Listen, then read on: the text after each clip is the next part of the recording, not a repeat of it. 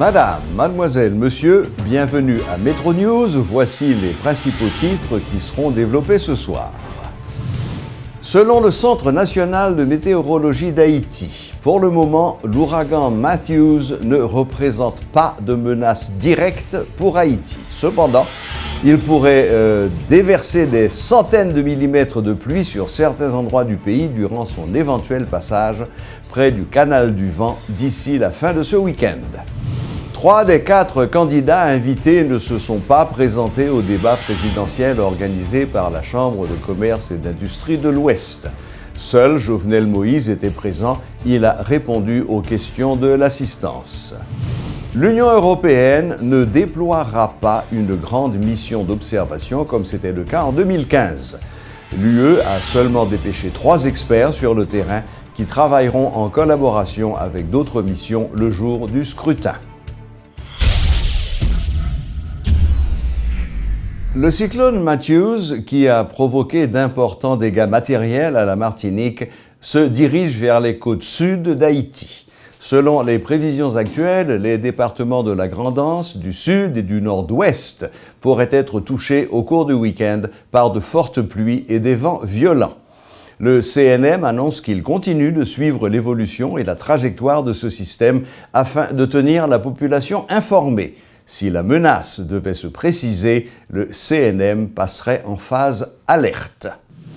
Le cyclone Matthews, qui a frappé la Martinique hier, est en route vers Haïti. Pour en parler avec nous ce soir, nous avons Rudy Victor, qui est Monsieur Météo de Métropole. Bonsoir Rudy. Bonsoir Serge. Rudy, cyclone Matthews a marché sous nous? L'État supposé frapper nous pendant le week-end. Est-ce qu'on peut parler nous de cyclone ça, qui force, qui trajectoire, et qui bord, qui a frappé nous? Ok, et à soir, cyclone Matthews li tout près côte Colombie, au nord-ouest Colombie, et l'a déplacé vers le sud-ouest. C'est son cyclone catégorie 4 depuis 4 heures après-midi. Il intensifie en pile depuis hier soir parce que conditions favorables dans la zone. Et normalement, selon toute probabilité, Mathieu a supposé ralentir d'ici à soir à demain et puis amorcer un virage vers le nord pour le passer quelque part entre la Jamaïque et pointe l'ouest l'île d'Haïti, ça veut dire péninsule du Sud. Nous pas fin sur le trajectoire exact là, mais c'est dans une zone ça a supposé entre dimanche et lundi soir. Donc, de toute façon, les conditions ont commencé à dégrader ce pays assez rapidement dans fin week-end. Il a commencé à dégrader dans fin week-end. Oui, à partir de demain, même jeudi, il y a moins de soleil. Demain, il y a encore moins de soleil. A commencé à tirer la pluie sur quelques côtés dans le pays. Et au fur et à mesure, il y a des nuages qui sont plus bas et les conditions ont dégradé assez rapidement d'ici dimanche. Oui, parce que d'après ça, moi, elle a passé dans le sud et puis il risquait de remonter vers le nord-ouest, c'est ça? C'est ça. Ça, là, on a regardé la trajectoire, par exemple, sur le National Hurricane Center. Nous avons une trajectoire moyenne ZUA, mais un cyclone, ce n'est pas ZUA seulement. Un cyclone, il y a une bonne autre bagarre là-dedans. ZUA, c'est là toute activité concentrée. Et heureusement pour nous, d'une certaine façon, toute plus grosse activité, très limitée, bon centre, bon ZUA, Mathieu. Mais 20 tempêtes, par exemple, étant sur une grosse distance, et n'importe qui côté par rapport à la trajectoire la ZUA a passé, a bien des vents de tempête sous péninsule sud d'Haïti. C'est assez une grosse probabilité qui dépasse 60 à 70%. Wow. Bon, et Rudy, pour Port-au-Prince même, pour zone métropolitaine Port-au-Prince, qui ça prévoit? Zone métropolitaine Port-au-Prince, c'est une zone qui est plus difficile de faire prévision des cyclones qui a passé à cause de massifs montagneux qui ont interaction avec cyclones qui sont assez compliqués. Et généralement, trajectoire cyclone qui va non plus problème, c'est là au sud du sud-est et bien monter vers le nord-ouest, où il y a plus de probabilité pour une prendre chance dans le couloir plein du cul-de-sac là. Mais ce qui est probabilité qui est forte, c'est que nous avons un ciel couvert, nous avons la pluie tomber sous pays. Un scénario qui est semblable à la Sandy. Possibilité d'avoir des vents plus probables que nous n'en champ rayon d'action vent tempête. Mais c'est assez difficile pour faire prévision exactement est-ce qu'il y a bien gros vent. Ça va dépendre de bonne bagaille de trajectoire là, de bonne bagaille assez compliqué comme ça. Mais Port-au-Prince, tu as supposé dans rayon champ d'action vent tempête. Ok, donc en résumé, pendant le week-end, vous prenez précaution, mettez de l'eau là, mettez manger, mettez bougies, et faites précaution pour ne fermer toute porte nous, mais ça c'est surtout valable pour le sud, peut-être pour le nord-ouest, et dans la zone Port-au-Prince, faites attention, prenez précaution nous, et puis en pile prudence. C'est bien ça. Définitivement. Autre chose aussi, c'est que nous pas parler de ça souvent en Haïti, c'est la mer, océan. Océan a pas le faire poil, ça c'est pas une probabilité. La mer a fait des dégâts dans la région sud parce que leur cyclone de forte catégorie qui a monté là, poussé au masse d'eau devant, il y aura des problèmes surtout pour les villes qui sont basses, les villes comme Port-à-Piment. La mer a une forte probabilité pour l'envahir. Ville ça dépend de trajectoire de perturbation, mais c'est probable qu'il y ait des inondations côtières, toute côte sud là. Ensuite, le cyclone passe dans presque bord golfe Lagonave, ok? Si trajectoire là respectée bien sûr, il est probable également que zone côte des Arcadins, partie sud, nord-ouest, etc., qu'il y ait quelques petits problèmes avec des inondations côtières à cause de houle marino, houle marino qui a affecté la région Saroto. C'est un scénario qui est possible également. D'accord. Merci, monsieur Météo, merci Rudy. Et puis, bon, m'espérer quand même que le week-end, pas bien trop de dégâts qui frappent le pays, nous. Merci beaucoup, bonsoir. Bonsoir. Le débat organisé par la Chambre de commerce et d'industrie de l'Ouest n'a pas eu lieu jeudi comme prévu. 3 sur 4 des candidats invités ne se sont pas présentés. Jovenel Moïse, le seul candidat à avoir répondu à l'invitation de l'Ouest, a eu tout le loisir de répondre aux nombreuses questions de l'assistance qui avait fait le déplacement. Jean-Charles Moïse, Jude Célestin et Jean-Henri Séan sont les 3 candidats qui se sont désistés. Christopher Randall exprime le mécontentement du secteur privé suite au désistement de dernière minute de 3 des 4 candidats à la présidence invités au débat présidentiel organisé par la Chambre de commerce et d'industrie de l'Ouest jeudi soir. Le président de la CCIO, qui dénonce un manque de respect, estime qu'il s'agissait d'une tribune idéale offerte aux candidats pour exposer leurs idées au secteur privé et aux citoyens haïtiens. Il déplore par ailleurs le double langage de certains candidats. L'historien Michel Soucard, qui assistait au débat, se dit satisfait de la prestation de Jovenel Moïse, le seul candidat à avoir répondu à l'invitation de la Chambre de commerce. Concernant les autres candidats qui se sont désistés, Michel Soucard se dit inquiet de leur comportement, estimant qu'ils ont fait là la preuve que s'ils sont battus, ils n'admettront jamais leur défaite. L'Union européenne n'a pas complètement tourné le dos à Haïti dans le cadre de l'organisation des prochaines élections. C'est ce qu'a fait savoir l'ambassadeur de l'Union européenne, Vincent de Gers. Et si l'Union européenne ne déploiera pas une grande mission d'observation, comme c'était le cas en 2015, l'organisation européenne a envoyé 3 experts sur le terrain qui, en collaboration avec d'autres missions déjà sur place, observeront le prochain scrutin. Vincent de Gers soutient la position de l'Union européenne, arguant qu'aujourd'hui encore, il n'est pas convaincu que les élections du 25 octobre étaient aussi frauduleuses que certains politiciens ont voulu le faire croire. Il dit souhaiter que l'exercice se passe dans de meilleures conditions cette fois-ci. Suivez les explications du diplomate Vincent de Gers. Nous avions l'année dernière une mission d'observation électorale en bonne et due forme, très structurée, très complète, avec beaucoup de moyens. Nous avons divergé, je dirais, sur le diagnostic qui est intervenu.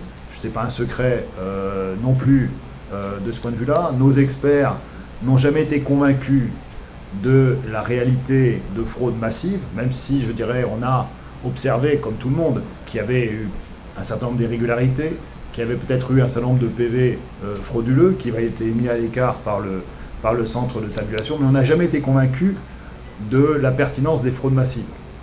Et d'ailleurs, personne n'a jamais, à ma connaissance, démontré la réalité des fraudes massives. On a parlé de fraude massive potentielle. Oui, ça c'est vrai. 917 000 mandataires, cartes de mandataires, c'est vrai que ça pose problème, ça pose question. On est bien d'accord. Une liste de l'ONI qui n'est pas forcément mise à jour depuis 10 ans, ça pose problème à l'évidence aussi. Mais personne n'a jamais démontré la réalité de ces fraudes massives. D'ailleurs, on parle de fraude massive, mais il n'y a pas un seul fraudeur. C'est une autre chose surprenante, si vous voulez, dans la logique du système. Ensuite, on parle de fraude massive, mais j'ajouterais fraude massive intelligente. Parce qu'elles savent, il y a 4 urnes le 25 octobre, et toutes les fraudes massives se mettent dans une seule des 4 urnes, l'urne présidentielle. Et on annule les élections présidentielles, point, mais pas les 3 autres. Donc, de notre point de vue, si vous voulez, on était sceptiques, c'est le moins qu'on puisse dire, et on ne partageait pas, si vous voulez, l'analyse qui nous était proposée de ce point de vue-là. Donc, on a pris la décision de rapatrier de fermer notre mission d'observation électorale. Le gouvernement nous a demandé de reconsidérer notre position. Nous avons donné suite à cette demande et nous avons envoyé une mission d'experts électoraux qui seront là, mais c'est une plus faible, plus petite quantité d'experts. Ce sont 3 experts très expérimentés, je veux dire, en matière électorale, qui sont venus déjà, un certain nombre d'entre eux déjà travailler en Haïti depuis plus de 10 ans.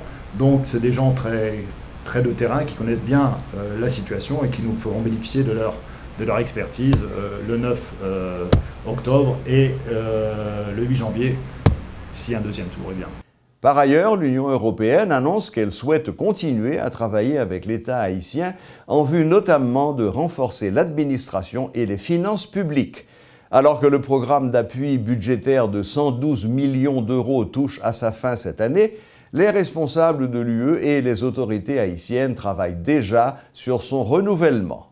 Toutefois, certaines conditions doivent être remplies, dont une certaine stabilité macroéconomique afin qu'Haïti soit éligible à nouveau. L'ambassadeur de l'Union européenne présente déjà un bilan mitigé des 3 premières années de ce programme.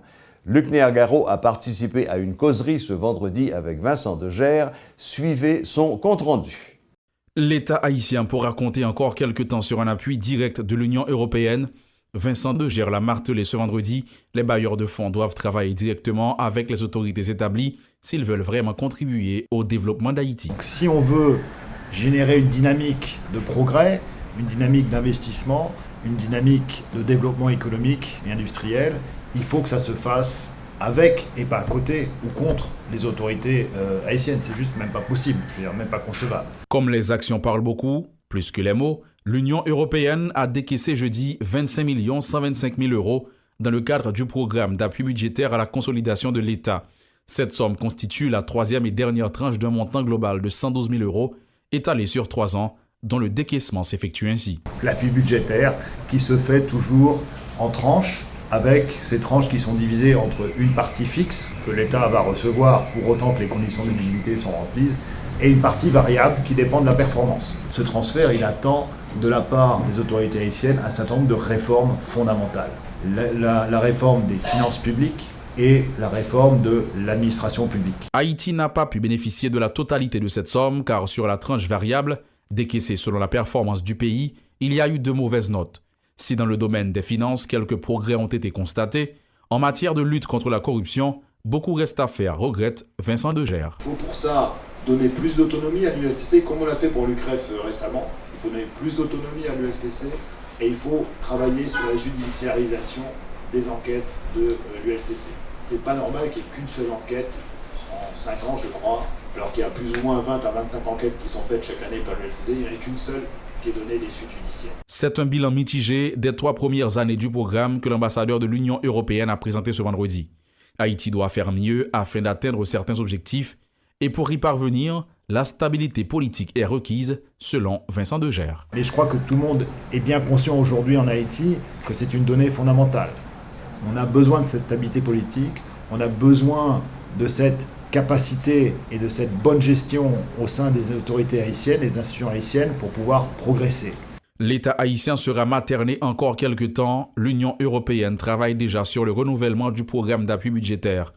Le directeur général du développement de la Commission européenne sera en Haïti le 24 octobre pour rencontrer les autorités haïtiennes.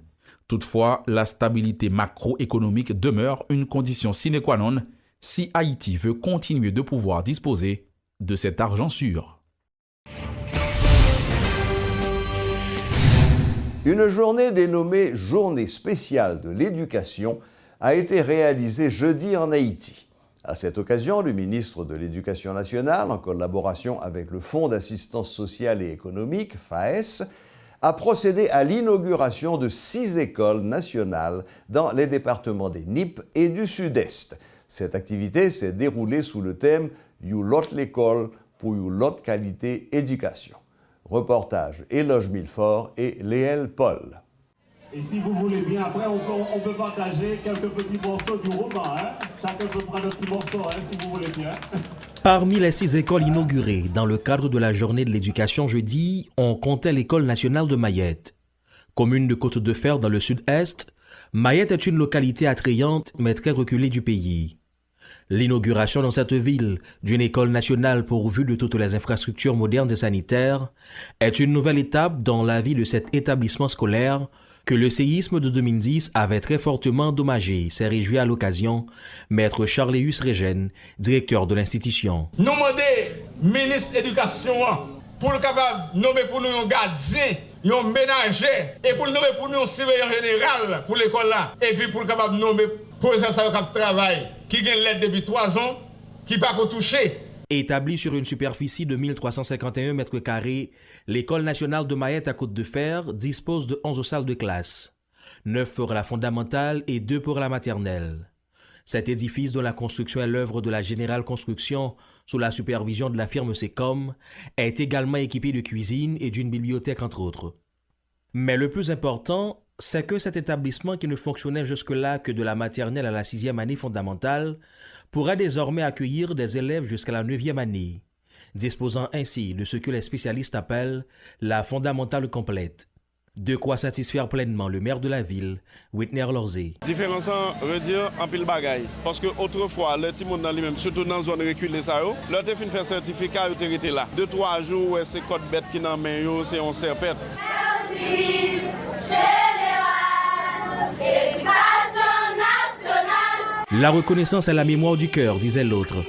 Et cette affirmation, écoliers et écolières bénéficiaires de ce local flambant neuf qui abrite l'école nationale de Mayette dans le sud-est, l'ont exprimé tant par des chants que par des mots. Nous sommes contents parce que l'école est belle et puis ils font une grande fête jeudi. L'école là, c'est un genre crasé, qui va se reconstruire. Donc, je suis content pour ça, je remercie FAES. La reconstruction de l'école nationale de Mayette a été financée par la BID et Affaires mondiales Canada à hauteur de plus de 600 000 $ américains. Seule ombre au tableau, elle ne dispose pas d'aménagement pour accueillir les enfants handicapés, tels des rampes ou d'autres formes d'accès pour des écoliers à besoins spéciaux. L'ambassade de la République populaire de Chine a organisé de nombreuses activités jeudi à l'occasion de la célébration du 67e anniversaire de la fondation de ce pays. La cérémonie s'est déroulée en présence du ministre haïtien des Affaires étrangères, Pierre Delienne. Les coopérations économiques et commerciales entre la Chine et Haïti disposent d'une grande potentialité et une vaste perspective. Les 2 parties ont réalisé des progrès en matière de l'agriculture, de l'infrastructure, du tourisme et de l'énergie. Le montant total de commerce sino-haïtien durant les 3 premiers trimestres de l'année fiscale 2015-2016 est à peu près 200 millions $. Les échanges culturels de personnel sont aussi fructueux. Le nombre d'étudiants haïtiens qui font leurs études en Chine s'accroît chaque année. Je suis convaincu que la coopération entre nos 2 pays gagneront en profondeur et bénéficieront aux 2 peuples. Comme tout le monde le sait, le 9 octobre prochain sera le premier tour de l'élection présidentielle en Haïti. Nous espérons que ce processus donnera de nouvelles opportunités à la paix et la stabilité en Haïti. La Chine souhaite que toutes les parties en Haïti restent unies et résolvent leurs différends par le dialogue, afin de maintenir la stabilité dans le pays et de créer une condition favorable pour la tenue de l'élection présidentielle et la mise en place du nouveau gouvernement. La paix et la sécurité sont essentielles au progrès et au développement en Haïti et partout ailleurs. La stabilité est indispensable, non seulement pour le progrès d'un pays, mais également pour le rendre capable de bien jouer sa partition dans la lutte à mener contre les fléaux mondiaux et les défis communs relatifs à l'environnement tels le réchauffement climatique, la déforestation, les pénuries d'eau, les menaces sur la biodiversité. Vive la République de Chine, vive Haïti, vive une amitié haïtiano-chinoise plus renforcée et plus productive que jamais. Je vous remercie.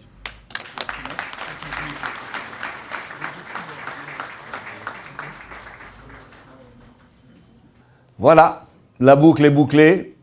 Merci de votre fidélité et à la prochaine, même heure, même chaîne.